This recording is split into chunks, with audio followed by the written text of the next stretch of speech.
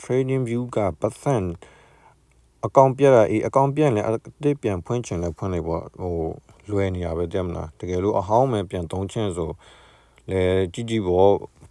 အရင်ဆုံးအကုန်လုံး indicator တွေဖြောက်ထားပြီးလားဆိုတာအရင်ဆုံးတဲ့မလားဖြောက်ထားဆိုအဲ့လိုမျက်လုံးနဲ့တော့ဖြောက်လို့မရအောင်အမိတ်တောင်းနဲ့ဖြောက်မှရမှာလေဒီနားမှာတဲ့ sell buy bot အနားမှာအခုများထုတ်ဖွင့်လုံးနေအဲ့ဒီဟာနာမ indicator 3ခုဒီပဲ free 3ရ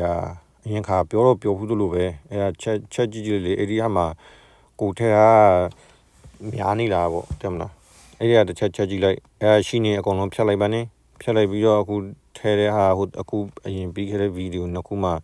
ပြထားလေ ADD ထဲပုံထဲနေရဒါပေမဲ့အလွယ်နီးလေးရှိပါတယ်အလွယ်နီးလေးကြီးပြောမဲ့ဆိုဒီဟာကြီးတဲ့မလားကိုကလောက်တာတနာရီအချိန်လို့တတ်မှတ်မဲ့ဆိုရင်တော့ဘာမှမထည့်ပဲနဲ့လိတ်ကြီးချင်လဲအနည်းအများတော့ကြည့်လို့ရတယ်မလားဒီဖြောင်းနေရင်ပဲလိတ်ကြည့်မဲ့ဆိုလဲဒါမှမဟုတ်အဲ့လိုပြောသလိုပဲအကူညီလေးနည်းနည်းထည့်မဲ့ဆိုလဲလွယ်ကူတဲ့နီလန်းတော့ဘာဘူးအဲ့ဒီဟာနည်းနည်းရှုပ်ရှက်ခက်နေရဆိုလို့ရှိရင်တော့ဒီဟာလေးရတာပဲဒီမှာ indicator နဲ့တွားလိုက်တွားပြီးတော့အမှ smooth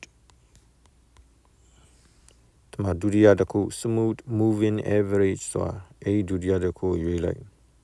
အဲ့ဒီအမပေါ်လာနေရိတ်ထားတယ်ပေါ့ဒါဒုတိယတစ်ခု smooth moving average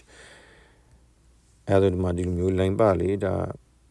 ပြန်ပြီးတော့သူ့နာ setting ကိုတွားလိုက်ဒီခွန်နေရလောက်လိုက်ပါနေအဲ့ဒါအတူတူပဲပြောတာတယ်မလားဟိုကြီးနေကြအေးဟွာနဲ့အတူတူပဲတလားဒါအယောင်ဒီမျိုးအယောင်ပါလောက်ထားတယ်အဲ့ဒီတွားနေတဲ့မြင်းကြောင်လိုင်းကအတူတူပဲအဲ့ဆိုဒါပြီးဆိုလေကောက်ထဲရောကိုအချိန်မှထားရင်က6နိုင်ခွဲစပြီးတော့ဆော့မယ်6နိုင်ခွဲစပြီးတော့ကြည့်မယ်ဆို6နိုင်ခွဲကနေစပြီးတော့9နိုင်ပဲဖြစ်ချိန်ရတော့ပေါ့ကိုအချိန်ကြီးကြည့်ပြီးတော့ကြည့်ပေါ့တယ်မလား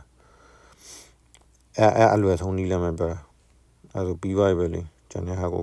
ဘာမှအဲ့လိုမရှိပါဘူး